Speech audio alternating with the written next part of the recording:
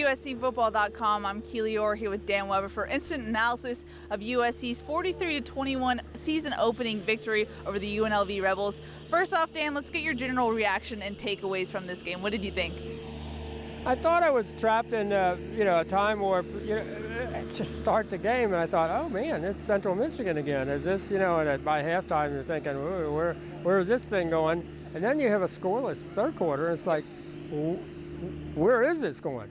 And then it kind of fell in place a little bit like last year. Actually, it wasn't all that different from the Western Michigan game that got to be a 2-touchdown margin, but some good things, some not so good things, and I think they need to, obviously, it looked like they kind of cruised into this game this week in practice, and that probably doesn't work with anybody. I think UNLV is better than we thought they were going to be. They're improved.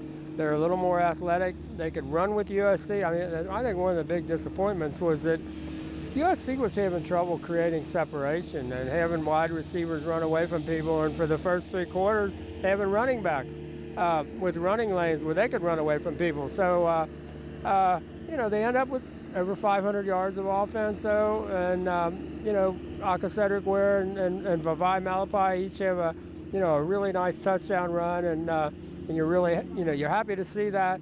JT Daniels did let the fact that guys were kind of dropping passes there at times in the end zone. He didn't let that bother him. I don't think he does let things bother him. He just kind of keeps on playing. But it wasn't easy. It was a struggle. The score is probably a little bit deceptive, 43-21. But it's something to build on. But they got to build. They got to do something this week for next week and for the week after. They've got to get better. And this game on the road against probably either one of the next two teams, even though Texas lost, probably doesn't get the job done, I wouldn't think.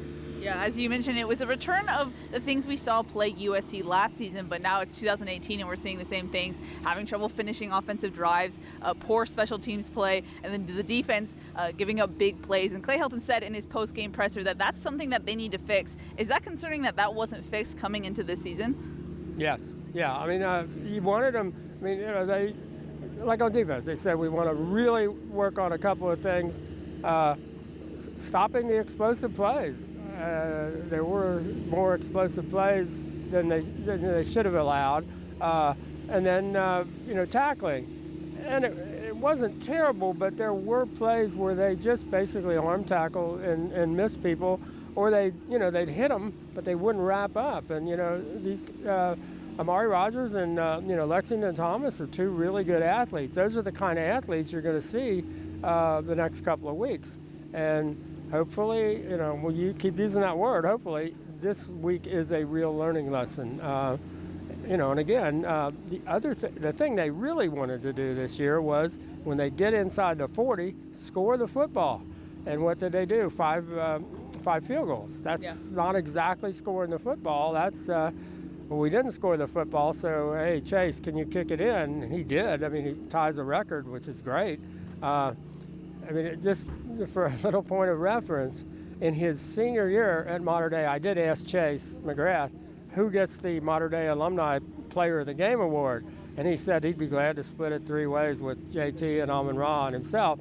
But when he was a senior at Mater Dei, and I guess JT would have been a freshman, he said, JT allowed me to have 5 whole field goals the entire season, only 2 in the regular season, 3 in the playoff. So it's a 5 today. So it's a different world. The way USC wasn't able to score the ball when they really should have been scoring the ball. Yeah, in that sense, true freshman JT Daniels, first start in the Coliseum and for USC. How would you evaluate how he did? I just like the way he plays. I just think that he wasn't helped by the play calling. I think he said, for example, after halftime, they went to a more quick game, more quick hits. Amon-Ra and Trevon Sidney. For some reason, he and Tyler Vaughns were never able to hook up. I don't know what that was, and Tyler didn't know what it was. He just said, that's the way it goes. But I thought he did a tremendous job. I just like JT's game. I don't think things bother him. He just keeps coming back and making plays. He got a bad call on the fumble, on the sack. He was down. I mean, they barely even thought about reviewing it, and then all of a sudden, they said, maybe we ought to review this. And yeah, his knee was down. I mean, it was obvious in the press box his knee was down. That Pac-12 officiating crew, I'm not sure anything is all that obvious to them, but at least the guy in the booth got it right. But I just think good job by JT. Just good job. It was asked to make some really tough throws. There were some, I think, uncalled pass interferences, but again, what else is new? But and didn't get a lot of help from his receivers. But I thought he did. I really would give him, as good a mark as you could give him for today. Yeah. Some of USC's offensive unsung heroes like Cedric Ware, Vi Malepeai, and Trayvon Sidney had their day today. We saw that from Ced and Vi in fall camp, but we started to see that from Trayvon as he got healthy in fall camp. What's it mean for them to start to shine and have their moment at USC? Yeah, I think that's great. I mean, I just think if they can get, where they get some seams, if the offensive line would start, really where you can trust them. I mean, it's a little discouraging. For example, they're down in the red zone. It's 3rd and 2, and they asked JT to make a really tough fade throw into the end zone instead of 3rd and 2 being able to run the ball because they're not sure what the heck. I mean, there were a lot of physical beats. There were a lot of those plays where guys would get, to the point of attack, and there were 1 or 2 unblocked defenders and no USC guy in the picture. And that was the problem last year, is the scheming on the run game, especially the short yardage run game, the red zone run game, just didn't seem to be there. And that remains, I think, a serious problem. Yeah. I mean, what do we take away from this game? This was supposed to be USC's easiest game of September, and they seem to have some troubles with it. Is this a one-time get the jitters out? Of course, Clay Helton said that there is chemistry issues when you have young players. So is this a one-time thing, or is this problems are continuing into the season? I think we'll know better next week and see how they practice Tuesday and Wednesday. Yeah. If they practice like they did last week, probably this is going to be a problem. If they practice like they did the week before, and they just say that, we really have to go game speed, game pressure, game tempo, and game physicality, and heck with whatever happens if we're not ready to play. How much good does it do if you've got enough healthy players, but they're not ready to play?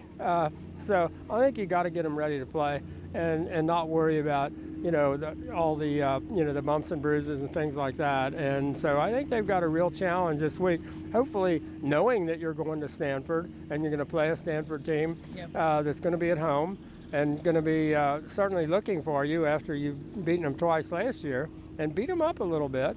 Can they get back to that level of, physicality and domination? Today didn't make you think they could. And yet, you still have 500 yards against a team that looked better. If you go by, their record last year, not so great. They think they're a bowl team this year. I think they've got a chance. I mean, they've got 2 really quality athletes in the quarterback and the tailback, and so we'll see. I would have liked to have seen the ability to run the ball when you have to run the ball, which is Clay's always said that's the marker, is to be able to run it when you know that you're going to run it and they know you're going to run it.